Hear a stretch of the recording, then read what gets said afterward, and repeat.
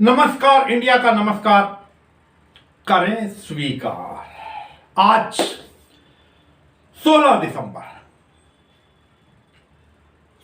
दिसंबर 1971 को 93,000 पाकिस्तान सैनिकों ने सरेंडर अर्थात समर्पण किया था भारत के सामने।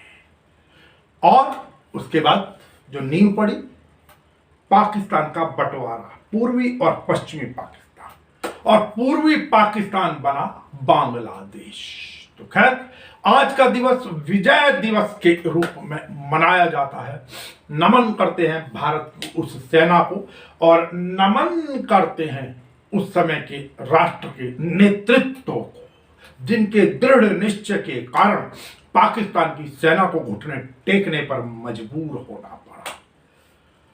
लेकिन इसी ही 16 दिसंबर से जुड़ी हुई एक दर्दनाक घटना भी है, और वो घटना है 16 दिसंबर 2012।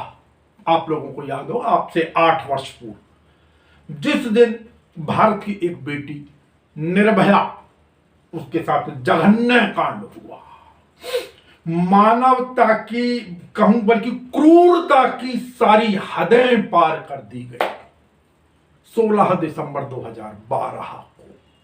खैर निर्भया केस यद्यपि ठीक है, दोषियों को फांसी मिल गई है सिवाय एक के, जिसको नाबालिग होने के कारण छोड़ दिया गया। आज दिल्ली में आप देखिए धीरे धीरे होता गया, यद्यपि उसके बाद कोई बलात्कार की घटनाएं रुकी नहीं है। मैं कहूं कि और भी विभत्स कांड हो रहे हैं। कौन सा ऐसा शहर है जहां पर ये घटनाएं नहीं घट रही हैं? लेकिन धीरे धीरे नीचता की हद देखिए, मैं कहूं पिशाच प्रवृत्ति देखिए, और कहीं पिशाच प्रवृत्ति भी शायद शर्म आ जाए कि जहां छोटी छोटी 3 साल 2 साल 2.5 साल, और आज जो जंतर मंतर के ऊपर निर्भया की याद में जो एक कैंडल मार्च निकाला या उसको जो श्रद्धा सुमन अर्पित करने के लिए दिल्ली प्रदेश महिला कांग्रेस की ओर से कुछ महिलाएं एकत्रित हुई वहां पर, तो वहां पर बताया गया कि भाई 8 माह की बच्ची के साथ भी बलात्कार। आज के समय में आप देख रहे हैं छोटी छोटी 2-2, 2.5, 3 साल की बच्चियों के साथ ये बलात्कार हो रहे हैं, और कुछ भी कहीं रुकता नजर नहीं आ रहा। क्या कहना चाहिए? मैं आपको करेक्ट करूं, जो सबसे छोटा विक्टिम है उसकी उम्र 8 महीने। 8 महीने की बच्ची का भी रेप हुआ है ये हमारे हिंदुस्तान में। और निर्भया एक ऐसी घटना थी जिसने दिल्ली को, हमारी दिल्ली को, जिसमें हम बहुत सेफ थे आज भी, क्योंकि कभी इस तरह का महसूस नहीं हुआ। लेकिन निर्भया का जो इंसिडेंट था उसने हमारी दिल्ली को एक बहुत बदनुमा दाग दिया कि आज हम रेप कैपिटल ऑफ इंडिया कहलाते हैं। इतने भी नाम हमने लिखे, ये लड़कियाँ बहुत कम हैं। ये क्योंकि पोस्टर पर जगह नहीं थी इसलिए शायद नाम आप लिखना शुरू करेंगे तो आपके आंसू नहीं थमेंगे। और हर घटना पिछली घटना से ज़्यादा गंदी है। नहीं, लेकिन आपको क्या लग रहा है इसका कहाँ रोकथाम होगी? क्या कोई तो उपाय होगा ना? देखिए मेरा मानना है कि जो सरकार में बैठे लोग हैं उनका पॉलिटिकल विल स्ट्रांग होना ज़रूरी है। नहीं तो कानून में जब कांग्रेस पार्टी सरकार में थी तो फांसी की सज़ा सुनिश्चित कराई गई कानूनों में बदलाव करके, लेकिन कितने लोगों को फांसी की सज़ा हुई? कितने ऐसे जो अपराधी हैं वो छूटे घूम रहे हैं? सरकार जब तक ऐसी प्रिंसिपल पनिशमेंट फांसी ही है, फांसी तो हम ज़्यादा बोल रहे हैं, हमें फांसी जो है वो जो उसने किया है ना उसका फल नहीं, मतलब उसका रिजल्ट नहीं हो सकती अगर आप जनता के बीच छोड़ देना ऐसे पिशाचों को। जब उनकी आपने किसी की भावनाओं को, किसी की देह को तार तार किया है, उसके सपनों को तार तार किया है, ख़त्म कर दिया उसको, उसके बाद जब आप जाएंगे तो आपके लिए भी ये इम्पोर्टेंट है कि आपको भी लोग उसी तरह से, मैं चील कौओं को खिलाने की बात नहीं करती, लेकिन जनता में उनको फेंक देना चाहिए। फास्ट ट्रैक कोर्ट बना, कानून बनाया सरकार ने, लेकिन फास्ट ट्रैक कोर्ट बना। बदकिस्मती यह है कि फास्ट ट्रैक कोर्ट में किसी को विश्वास नजर नहीं आ रहा है। हमने भी जब प्रश्न किया, वहां पर अमृता धवन मौजूद थी, उनके नेतृत्व के अंदर ये आयोजन किया गया था, तो फास्ट ट्रैक कोर्ट उससे, उसकी कार्य प्रणाली से वो भी संतुष्ट नहीं थी। देखिए सोचिए, निर्भया का फास्ट ट्रैक कोर्ट में हुआ तो 7 साल लग गए। तो अगर ये जो कमियां हैं, व्यवस्था की जो प्रशासन में कमियां हैं, जो हमारी जुडिशरी में कमियां हैं, ये कौन इस पे संज्ञान लेगा? सरकार को ही तो संज्ञान लेना है। कांग्रेस के नेता उदित राज भी आए, उन्होंने तो सीधा सीधा कटाक्ष कर दिया हमारी न्यायिक व्यवस्था पर या न्यायालय के ऊपर। देश की अदालतें ख़त्म हैं और जब सुप्रीम कोर्ट की हालतें हैं, शरणम गच्छामी है, तो मैं अदालत से तो बहुत ज़्यादा उम्मीद नहीं करता। हमारी कोर्ट बिल्कुल नाम की फास्ट ट्रैक है, कोई डिसीजन नहीं है, बहुत टाइम ले लेते हैं, कहते हैं कि फास्ट ट्रैक है, पर फास्ट ट्रैक के हिसाब से फैसले नहीं आते जो आने चाहिए। हमने हालांकि ये भी देखिए, नमस्कार इंडिया ने एक मुहिम चलाई हुई, आपको भी मालूम है, वो ये कि जो हमारे धर्माचार्य किसी भी धर्म के हो, प्रश्न हिंदू या सनातन, या मैं हिंदू और सनातन आज के समय में जानबूझकर अलग बोलता हूँ, क्योंकि जो छद्म हिंदूवाद है वो कहीं ना कहीं सनातन को गरियाता ही नजर आता है। इसलिए हिंदू हो, सनातन हो, क्योंकि वो सनातन जो आज का हिंदू कर रहा है उसको उसकी इजाजत सनातन कदापि नहीं देता। खैर, तो जो मैं कहना चाह रहा था कि जितने भी धर्माचार्य हैं, चाहे वो हिंदुओं के हो, सनातनी हो, मुस्लिम हो, हुसोएवर, क्रिश्चियन हो, कोई भी हो, हमने, क्योंकि नमस्कार इंडिया ने एक मुहिम चलाई है, आपको मालूम ही, हम चाहते हैं कि जितने भी धर्माचार्य हैं वो भी बाहर आए, सड़कों पर आए, आंदोलन करें, जन जागरण अभियान चलाएं, ना कि अपने मठों के अंदर बैठकर सिर्फ एक प्रवचन दे दिया या बता दिया जी ये बुरी चीज है। ना, आकर लोगों को जन जागरण अभियान चलाना ही होगा उनको। हमने ये प्रश्न भी पूछा अमृता धावन से भी कम से कम। समाज की हर व्यक्ति की जिम्मेदारी है, सभी उन धर्मगुरुओं की भी जिम्मेदारी है, संगठन की जिम्मेदारी। हमने कई बार प्रयास किया, कोई बाहर नहीं निकलता, हम इसलिए आपसे प्रश्न कर। सभी को बाहर निकलना चाहिए, और नहीं निकलेंगे तो हम खुद अपने लिए खड़े होंगे। अगर कोई नहीं निकलेगा महिलाओं के लिए, तो महिलाएं खुद खड़ी होंगी। देखिए, बात तो सही है कि आना तो चाहिए, अपनी जगह पे बैठ के तो हर कोई भाषण दे देता है। जब आप सड़क पे उतरोगे और हक के लिए बोलोगे तो उसका मैसेज कुछ और ही जाएगा सरकार में। तो मानना है, as a women, as a औरत, मैं भी यही मानती हूँ कि उन लोगों को बाहर निकल के आवाज़ उठानी चाहिए कि इस प्रकार के आंदोलन भी कहीं ना कहीं बट गए हैं राजनीतिक दलों के अंदर। वरना मुझे कहीं नजर नहीं आया कि एक निर्भया कांड की इस बरसी के ऊपर कि कोई और संगठन, कोई और राजनीतिक दल कहीं आए हो। ठीक है, कांग्रेस आई, कांग्रेस के महिला विंग आया, उन्होंने अपना खाना पूर्ति जो कुछ भी किया, चलिए, लेकिन होता क्या है, बार बार बलात्कार होते, इस प्रकार की घटनाएं होती है। और हमने कई जगह ये पूछना भी चाहा कि भाई हर बार ये होता है और एक खाना पूर्ति होती है और सब अपने अपने घर चले जाते हैं। उसके बाद ये सिलसिला वही अनवरत उसी प्रकार चल रहा है। कब थमेगा, और थमेगा भी या नहीं, और उसके कारण क्या है? देखिए, इनके अंदर जाना बहुत आवश्यक है। ये मुहिम ये नहीं कि खाना पूर्ति के लिए आए, सिर्फ उसके ऊपर बरसी के ऊपर आए या एक दिवस के ऊपर आए। ये तो मैं समझता हूं कि एक समाज की जिम्मेदारी है, सभी पूरे समाज की, स्त्री पुरुष, कांग्रेस, बीजेपी, सभी की जिम्मेदारी है। और इसके विरुद्ध एक तरीके का जन जागरण अभियान चलाया जाना चाहिए, सड़कों पर उतरना चाहिए। और विशेष रूप से हमने ये भी पूछा, क्योंकि हमने देखा कई बार कि जो नेतृत्व है, जो शीर्ष नेतृत्व है, आज जैसे कांग्रेस थी तो कांग्रेस का शीर्ष नेतृत्व वो नदारद है कि अगर इस देश में कोई सरकार की कुनीतियों के खिलाफ बोल रहा है तो सिर्फ कांग्रेस पार्टी ही बोल रही है। अगर इस देश में कोई हर बेटी की लड़ाई लड़ रहा है तो सिर्फ कांग्रेस पार्टी लड़ रही है। सभी जगहों से नदारद है, लेकिन वो नदारद है। यद्यपि प्रियंका गांधी या कांग्रेस के बड़े नेता चाहें और तरीके से आंदोलन चलाएं, सड़कों पर बैठे, तो ऐसा नहीं हो सकता कि कुछ ना कुछ फर्क ना पड़े। पड़ सकता है, और उनको हर तरीके का अभियान चलाना होगा। खाली नरेंद्र मोदी को गाली देने से काम नहीं चलेगा।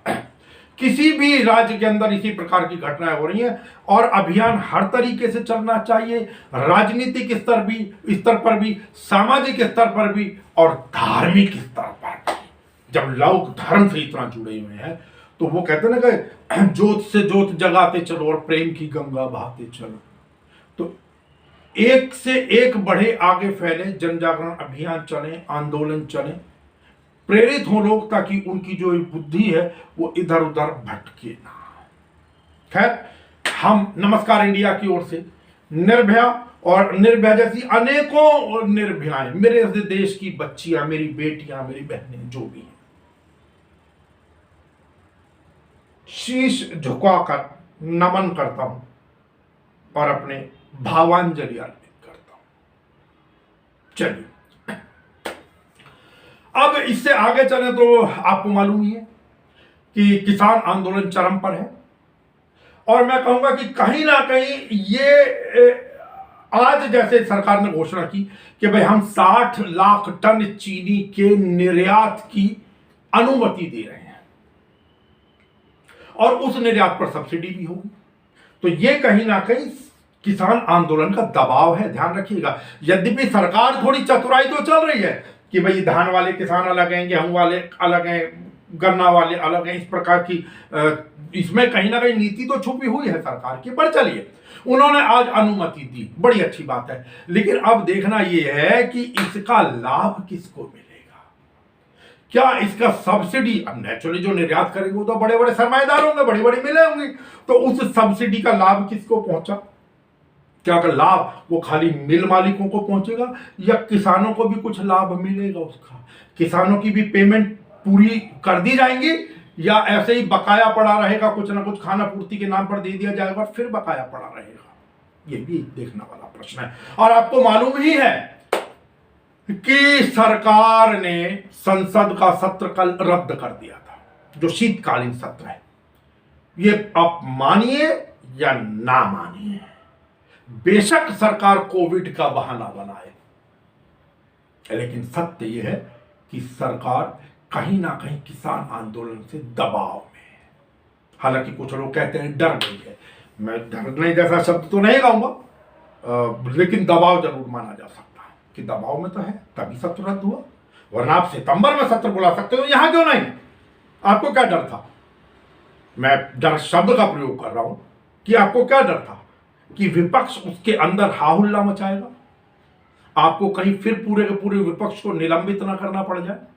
अरे जब आप सितंबर में, जब अब से ज्यादा कोरोना का डर था, जब आप उस समय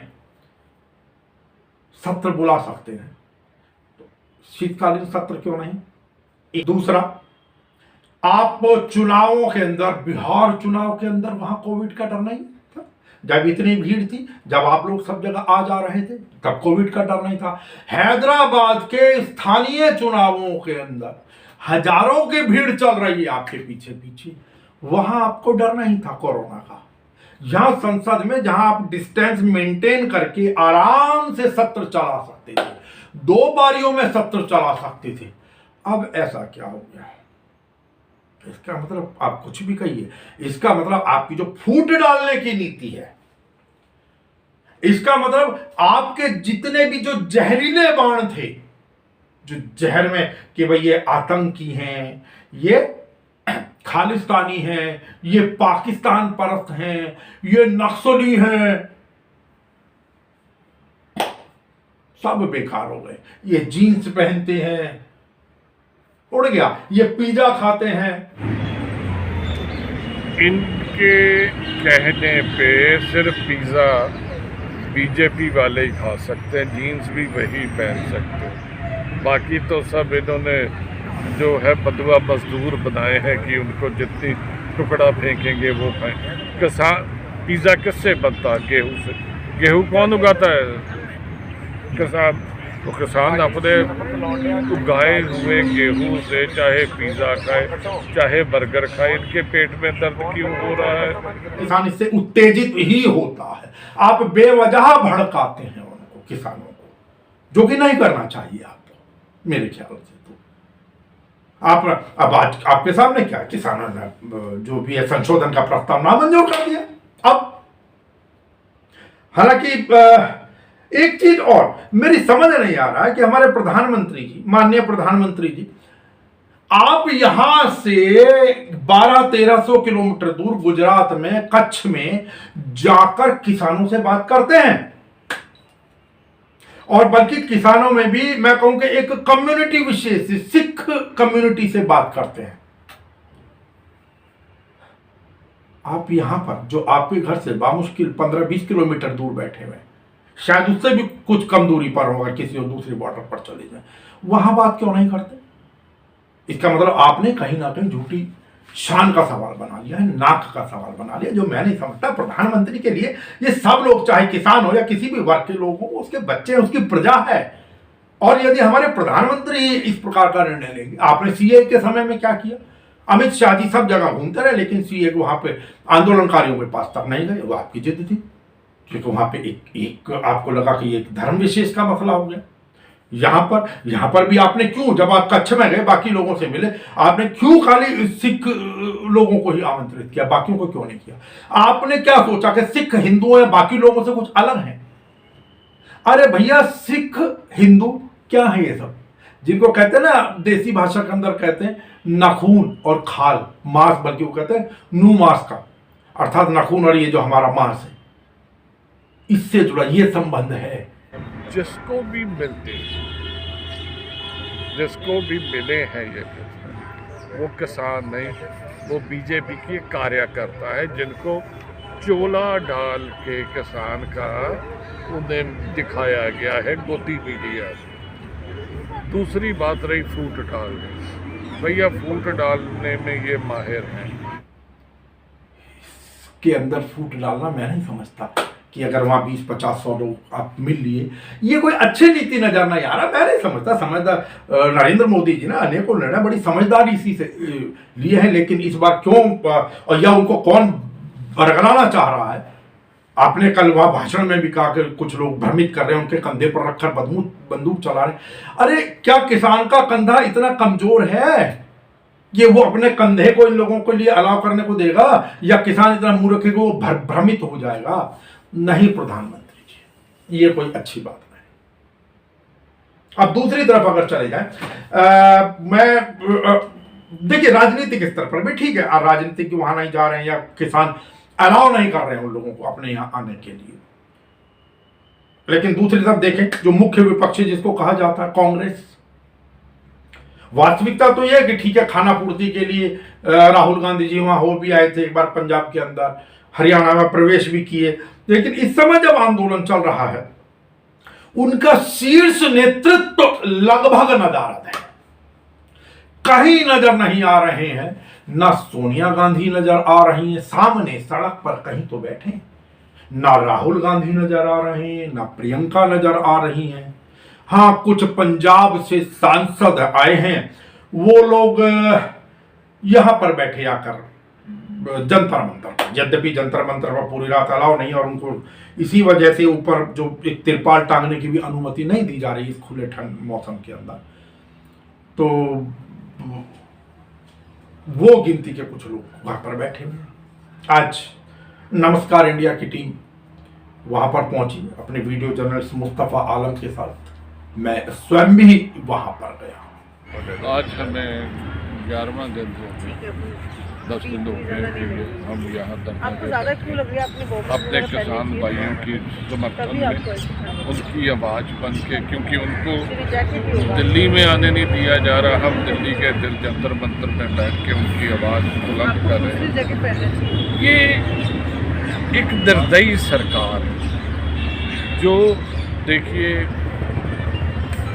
इन्होंने आज 24 किसान या उनके परिवार के मेंबर जो है वो शहीद हो चुके हैं कड़कती सर्दी में अपने हक को लेके, हक मांगने को लेके।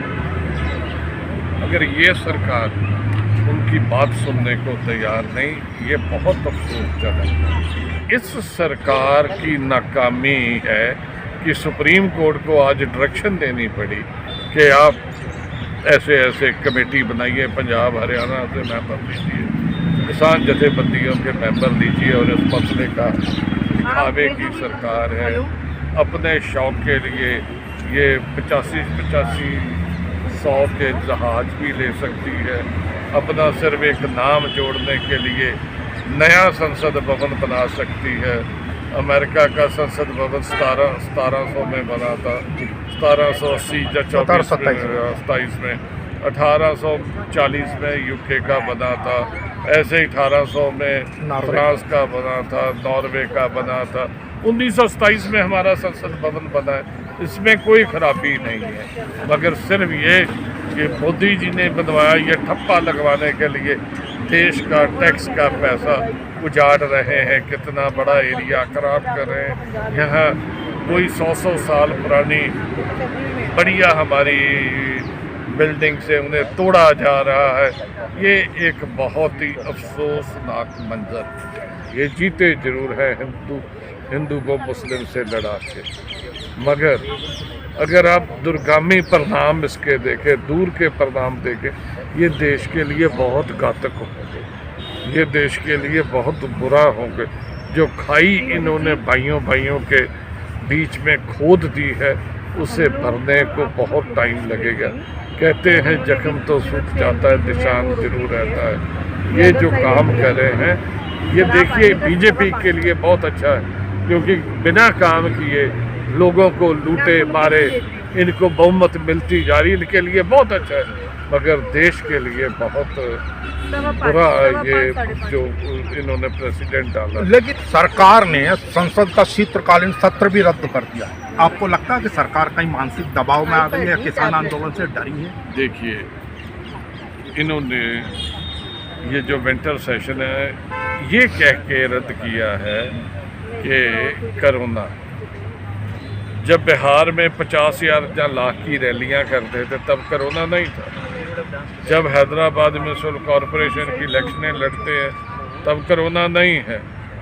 और जब ये जाके बंगाल में रैलियां करते हैं, रोड शो करते हैं, वहाँ की सरकार को स्थिर करने की कोशिश करते हैं, तब कोरोना नहीं है।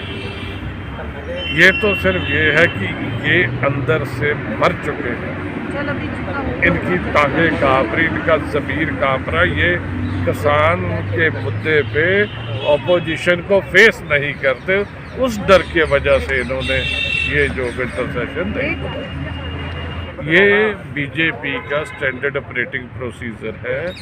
ये उसी प्रोसीजर से चलते हैं। जो भी आवाज़ इनके खिलाफ उठती है, जो भी शख्स इनको सवाल पूछता है, जो भी अपना हक मांगता है, ये कभी उसको पाकिस्तानी कहते हैं, कभी खालिस्तानी कहते हैं, कभी एंटी सोशल कहते हैं, कभी देशद्रोही कहते हैं, कभी कहते हैं इनकी फंडिंग चाइना और वो कहाँ से हो रही है। तो मैं पूछना चाहता हूँ, अगर चाइना से इतनी प्रॉब्लम है तो हुवाई जो उनकी कंपनी, उसको 5G ट्रायल में क्यों बुलाया? आप अपना डाटा क्यों दे रहे हो? उनके वो जो छोटे छोटे ऐप्स है, कोई PUBG और कोई ये जी, कोई वो जी, कोई टिकटॉक, उसको बंद करे। जिसके पास सारा डाटा हुआई के पास होना है, उसे आप क्योंकि वो रिलायंस के साथ करके 5G कर रहा है, तो रिलायंस क्या है? रिलायंस अंबानी जी और मोदी जी, ये क्या कहते हैं, पर्यायवाची शब्द हैं। तो एक सिक्के के दो पहलू हैं, उन पे करेंगे। एक अंतिम प्रश्न, इस समय आप यहाँ खुले आसमान के नीचे, अभी बताया कि आप लोगों को ऊपर लगाने भी नहीं दिया जा रहा, कनात भी नहीं, आप खुले आसमान के नीचे, लेकिन आपकी पार्टी कहाँ है? कहाँ डिफेंसिव मोड में? पार्टी तो कहीं सड़क पर तरीके से नजर नहीं आ रही। नहीं, ये नहीं बात। मेरे को अफसोस रहता है अपने मीडिया के भाई, इस हालात में भी बीजेपी जो 6 साल में और 20 स्टेटों में सरकार पे, उससे सवाल पूछने की बजाय कांग्रेस से सवाल पूछती है। ये सर कांग्रेस नजर नहीं आ रहा। मैं आ रहा हूँ। हमारे नेता राहुल गांधी जी, कैप्टन अमरिंदर सिंह जी, उन्होंने सबसे पहले ट्रैक्टर रैली की, पंजाब हरियाणा यूपी में गए, हर जगह गए। फिर सभी अपोजिशन पार्टियों को लेकर राष्ट्रपति जी को मिलने गए। हर जगह पे हमारे सीनियर लीडर्स आके हमारी हौसला बढ़ा रहे हैं। कैप्टन अमरिंदर सिंह जी, भूपिंदर हुड्डा जी सभी पहले यहाँ धरना देके गए हैं, वो अपना काम कर रहे हैं। ये अलग बात है कि आजकल गोदी मीडिया का जमाना है, उनको दिखाने को गुरेज करता है, मगर लेकिन गिल साहब कहीं नजर आपके सिवा कौन नजर आ रहा है? कोई नजर तो आए ना बाहर। प्रियंका है, उनका नहीं पता है, राहुल है, ठीक है, वो यहाँ आकर मिलकर चले गए। आपने अमरिंदर सिंह के बारे में कहा, 1 मिनट, अमरिंदर सिंह के बारे में ये फैलाया जा रहा है कि वो अपने बेटे का केस सेटल कराने की वजह से दिल्ली आए और चले गए। देखिए, कैप्टन अमरिंदर सिंह फौजी है जिन्होंने नौकरी छोड़ दी। जब कतर में पाकिस्तान ने हमला किया तो वापस आए, कहा कि मैं फ़ौज दोबारा ज्वाइन करूँ, और अमृतसर बॉर्डर पे आके लड़े।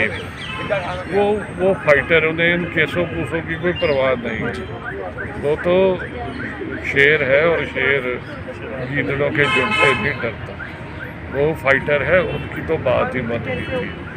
प्रियंका जी को कोई जिम्मेवारी अभी पार्टी ने नहीं दी है, तो उन पे तंज कसना कोई बनता नहीं, तंज नहीं कसने, लेकिन कार्यकर्ताओं का मॉरल बूस्ट करने के लिए तो उन सबको सड़कों पर, किसानों के समर्थन में, क्योंकि आज समय आपने कहा जैसे मीडिया में वही बात है जो दिखता है वो बिकता है, तो कम से कम कहीं तो नजर आए ना। आप लोग जब खुले आसमान के नीचे हैं, कहाँ है आपकी पार्टी समर्थन में गिरी? मैं सिर्फ इतना कहना चाहता हूं। हमारे तो समर्थन में लगभग रोज हमारी पार्टी के सीनियर लीडर शशि थरूर जी, CM पांडिचेरी, उनके बाद तारिक अनवर जी, रणदीप जी, सभी लोग आगे गए। और ये अभी भी हमारी बहनें जो महिला कांग्रेस की दिल्ली की प्रेसिडेंट और इनकी सारी टीम आई है, हमें IYC की सारी टीम हमसे होके गई, तो हमें तो हौसला अफजाई बहुत मिल रही है। और ये हमारे साथ हमारे सांसद रवनीत बिट्टू जी, MLA कुलबीर जीरा जी, चेयरमैन लक्की जी ये भी हैं, गुरजीत औजला जी सांसद वो भी हैं, तो हमें सारी सपोर्ट है। हम 4 लोग तो यहाँ बैठते ही बैठते। कब तक चलेगा आपका? जब तक हमारा किसान बैठा है, जब तक उनका दोनों जथेबंदियाँ ख़त्म नहीं करती किसान जथे, तब तक हम भी बैठे। क्योंकि ये कांग्रेस के पदाधिकारी हैं, कांग्रेस के सांसद हैं, कहीं ना कहीं अपने शीर्ष नेतृत्व का तो खैर बचाव करेंगे ही, लेकिन इस वास्तविकता से कहीं मुकरा नहीं जा सकता कि कांग्रेस सड़कों से नदारद है। ये लोग जरूर यहाँ पर इनकी हिम्मत की दादी दूंगा कि हालांकि इनको समर्थन देने के लिए शशि थरूर आदि आए थे रविवार को शायद वहां पर, लेकिन कुल मिलाकर शीर्ष नेतृत्व शायद अपना जो रोल अदा करने में कांग्रेस का कम से कम विफल रहा, मैं तो यही कहूंगा इस विषय के अंदर। चलिए अब उससे आगे चलते हैं कि जहां पर एक बड़ी दुखद घटना आज फिर हो गई। वो ये है कि किसान आंदोलन में आए करनाल से जो थे संत बाबा राम सिंह, 65 वर्षीय संत बाबा राम सिंह, आज उन्होंने गोली मारकर आत्महत्या कर ली। उनका शायद सुसाइड नोट भी मिला है, जिसमें उन्होंने निराशा जाहिर की है, हताशा जाहिर की है सरकार के रुख से, सरकार के रवैये से, जो किसान आंदोलन के प्रति है। नमस्कार इंडिया संत बाबा राम सिंह जी को नमन करते हुए अपनी भावभीनी श्रद्धांजलि उनके प्रति अर्पित करता है। हालांकि उनके इस सुसाइड वाले पर, उनके दुनिया को छोड़ जाने के ऊपर राहुल गांधी जी ने भी और अनेकों नेताओं ने ट्वीट भी किया। अब देखिए राजनीति कैसे कैसे रंग रही थी, आप ये भी देखें। इसके अंदर राजनीति में कैलाश विजयवर्गीय को कौन नहीं जानता आज के समय में। हालांकि वो समय समय पर बीच बीच में कुछ ना कुछ इस प्रकार की हरकत अर्थात इस प्रकार के बयान देते रहते हैं ताकि वो मीडिया में चर्चाओं में किसी ना किसी तरीके से बने रहें।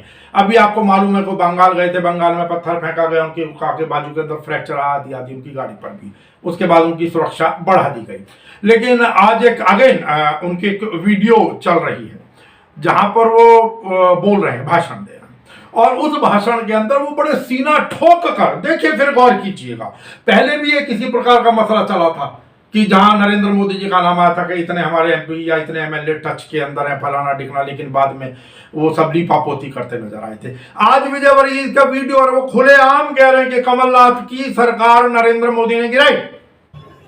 पर जब तक कमलनाथ जी की सरकार थी एक दिन चैन से नहीं सोने दिया। यदि ऐसा कोई कार्यकर्ता था भारतीय जनता पार्टी का जिसको कमलनाथ जी को सपने में भी जो दिखाई देता था वो नरोत्तम मिश्रा जी थे। तालियां बजा के नरोत्तम मिश्रा जी का स्वागत करें। ये पर्दे के पीछे की बात कर रहा हूं, आप किसी को बताना मत। मैंने आज तक किसी को नहीं बताई, पहली बार इस मंच पे बता रहा हूं कि कमलनाथ जी की सरकार गिराने में यदि महत्वपूर्ण भूमिका किसी की थी तो नरेंद्र मोदी जी की थी, धर्मेंद्र प्रधान जी की नहीं थी। पर किसी को बताना मत ये बात, आज तक मैंने किसी को नहीं बताई है।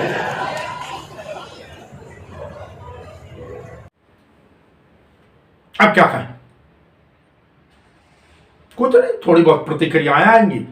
और उसके बाद मामला फिर शांत, क्योंकि शीर्ष नेतृत्व से तो इनको किसी प्रकार की कोई चेतावनी दी नहीं जानी और इसका अर्थ सीधा सीधा यही लगाया जाता है कि भाई आशीर्वाद तो है।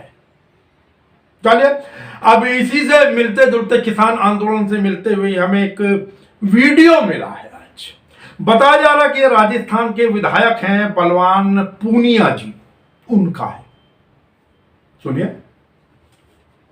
3 कानून यही नहीं है, भविष्य के कानून और बता रहा हूं। नया बिजली का कानून लेकर के आएगा केरल। सारे हिंदुस्तान की पावर अदानी को सौंपने का मन बना रखा है। अंबानी को, अदानी को देश लुटाना चाहते हैं, देश की संपदा को लुटाना चाहते हैं या झूठ बोल रहे हैं। एयरपोर्ट उनको दे दिए, रेल उनको दे दी, तेल उनको दे दिया, ये झूठ बोल रही है। चलो, जंगल जमीन देना चाहते हैं। वो एयरपोर्ट खरीद रहे थे, वो रेल खरीद रहे थे, वो जमीन पर कब्जा करने के लिए ये कानून केंद्र की सरकार से बढ़वाने में कामयाब हुए। झूठ बोल रहे हैं आप कि किसान आगे बढ़ रहा। किसान की आत्महत्या का आंकड़ा बताना बंद किया, केंद्र की सरकार ने बंद किया। इसलिए तीनों अध्यादेश साथ लेके आए। ये क्यों नहीं बता रहे कि एमएसपी पर खरीदेगा, बाहर भी कोई खरीदेगा तो? ये प्रधानमंत्री जी कह रहे हैं, तो प्रधानमंत्री जी तो अच्छे दिन आने की भी कह रहे थे। प्रधानमंत्री जी तो काला धन वापिस आने की भी कह रहे थे। प्रधानमंत्री जी तो 15-15 लाख खाते में आने की भी कह रहे थे। प्रधानमंत्री जी तो 2 करोड़ रोजगार की भी कह रहे थे। देश में सिर्फ दाढ़ी बढ़ाने से कोई रविंद्रनाथ टैगोर नहीं हो जाता, सिर्फ इनकलाब बोल देने से भगत सिंह नहीं हो जाता। आप कह रहे हैं आंदोलन नहीं है, गलत कह रहे हो आप। सरकार के साथ कहता हूं, केंद्र की उस मंशा को हम कामयाब नहीं होने देंगे। हम जेलों की तकियों की रोटी खा खा करके विधानसभा पहुंचे। मजाक नहीं है जो आपके कानून लागू कर दोगे। आप कह रहे हो आंदोलन नहीं है। आंदोलन की बात कर रहे हो, रड़क पार देंगे रड़क, पर तुम्हारे काले कानून किसी भी रूप में लागू नहीं होने देंगे। जमीन उसकी होगी तो जमीन जोतेगा। जमीन अदानी और अंबानी की नहीं होगी। सड़क पर करेंगे, लड़ेंगे, सीने में गोली खाएंगे, पर जमीन नहीं जाने। और अब एक खबर बंगाल से। शुभेंदु अधिकारी, जो कि ममता बनर्जी के बड़े खास माने जाते थे, पिछले काफी दिनों से चर्चा चल रही थी कि वो तृणमूल कांग्रेस छोड़ेंगे और देर या सबीर भारतीय जनता पार्टी में शामिल होंगे। आज उन्होंने सब चीजों को नकारते हुए, उनकी मान मनोबल से पिंड छुड़ाते हुए, बल्कि मैं कहूं तो विधायकी से ही इस्तीफा दे दिया। और अब यही माना जा रहा है कि अभी नहीं तो थोड़े बहुत दिनों के अंदर वो भारतीय जनता पार्टी में सम्मिलित हो जाएंगे। खैर, चलिए, जो भी है, ये तो सब राजनीतिक चर्चाएं चलती रहेंगी, लेकिन कहीं ना कहीं मेरा अन्नदाता इस कड़कती ठंड में, इस ठिठुरती ठंड में, दिल्ली के आसपास या 4 डिग्री के आसपास तापमान चल रहा है। अगर आप बाहर देखें तो आज भी बड़ी तेज ठंडी हवाएं, बर्फीली टाइप हवाएं चल रही हैं, और उसके अंदर मेरा किसान तंबुओं में कहीं पड़ा हुआ है। उनकी न सरकार सुध लेना चाहती है। हाँ, ये जरूर है कि बजाय किसी समस्या का समाधान खोजने के आपने, ये जरूर है कि जैसा हमने पहले भी बताया था कि 700 जगहों पर भारतीय जनता पार्टी अपने इस बिल के समर्थन में प्रचार करेगी, प्रसार करेगी, मीटिंग करेगी, प्रेस कॉन्फ्रेंस करेगी, आदि सब कुछ करेगी। उनकी सारी की सारी अनेकों मंत्रियों की टीम उतार दी गई है, जो कि कहीं ना कहीं अगेन वो गाहे बगाए चेतावनी दे देते कि हम नहीं झुकेंगे। ये संदेश आज एक फेसबुक लाइव के अंदर नरेंद्र तोमर जी ने भी दिया। वो जगह जगह कहीं ना कहीं थोड़ा बहुत प्रयास, हालांकि कहेंगे कि नहीं हम सारे संशोधन को तैयार है आदि आदि, लेकिन पतली गली से अपना इरादा साफ कह देते कि हम नहीं झुकेंगे, हम वो बिल वापस नहीं लेंगे। जबकि किसानों ने साफ कह दिया है कि हमारी एक सूत्री मांग है कि पुराना ये वाला बिल आपको वापस लेना ही पड़ेगा। जब अनेकों बिल रद्द किए जा सकते हैं जो पिछले 70 वर्षों के अंदर बने, तो ये क्यों नहीं हो सकता? सरकार का काम होता है कि वो जनता के पक्ष में बिल बनाए, जनता के पक्ष में कानून बनाए। लेकिन जब जनता को ये पक्ष मंजूर ही नहीं है, जब ये किसानों के विरुद्ध माना जा रहा है, तो इस कानून का लाभ किसको, किसके पक्ष में, किसके लिए ये कानून बनाए जा रहे हैं या बनाए गए हैं, मेरे को नहीं समझ आ रहा। हम यही उम्मीद करेंगे, जैसा हमने बताया कि पंजाब से जो सांसद हैं वो खुले में, उनको तिरपाल लगाने की भी अनुमति नहीं दी जा रही है। कुछ दिन पहले हमने गाजीपुर बॉर्डर पर भी देखा था, वहां पर भी ये शिकायत थी कि पुलिस उनको तिरपाल तक लगाने की भरी सर्दी के अंदर अनुमति नहीं दे रही है। चलिए, हम तो अब यही कहेंगे इस विषय के अंदर कि सरकार को शायद कुछ, जिसको कहते हैं कि ईश्वर सद्बुद्धि दे। हालांकि ये चीज बहुत से लोगों को चिढ़ने वाली लग सकती है, लेकिन सत्य है, जब आप सुन नहीं रहे, जब आप इधर उधर सारी दुनिया का दौरा कर रहे हैं, जब आप छोटे छोटे चुनावों के अंदर जा रहे हैं, जब दुनिया भर की प्रेस कॉन्फ्रेंस कर रहे हैं, जब आप हजार हजार किलोमीटर दूर जाकर कुछ मुट्ठी भर लोगों से मिल रहे हैं, एक वो कहावत है ना कि बगल में छोरा और गांव में ढिंडोरा, तो वो हाल हो रहा है। सब और ढिंडोरा पीट रहे हैं, देख के कब तक ये स्थिति। और प्रभु से यही प्रार्थना कि ऐसा ना हो कि कभी कोई टकराव की स्थिति आए मेरे जवान और मेरे किसान के बीच में, क्योंकि इन्हीं किसानों के बच्चे वहां बॉर्डर पर सुरक्षा कर रहे हैं, इन्हीं किसानों के बच्चे हमारे पुलिस में, पैरामिलिट्री फोर्सेस के अंदर हैं। क्या चाहते हैं आप कि एक ही परिवार के दो लोग आमने सामने बैठे? क्या एक और नई महाभारत कराना आप चाहते हैं? ये महाभारत ही हुई ना, महाभारत में तो एक ही परिवार के थे, कौरव और पांडव, तो आप क्या वो स्थिति लाना चाहते हैं? कीजिए इंतजार अब, क्योंकि आज की इस अंक की इस चर्चा को यहीं विराम देना होगा। फिर आपसे अगले अंक में फिर मुलाकात होगी, चर्चाओं में चर्चा पर। तब तक अपने स्वास्थ्य का रखें ध्यान और प्रभु से करें प्रार्थना कि सद्बुद्धि दे सरकार को, अपने इस कुटुंब को, अपने इस परिवार को, अपने घर के इन किसानों से बातचीत करने के लिए। नमस्कार।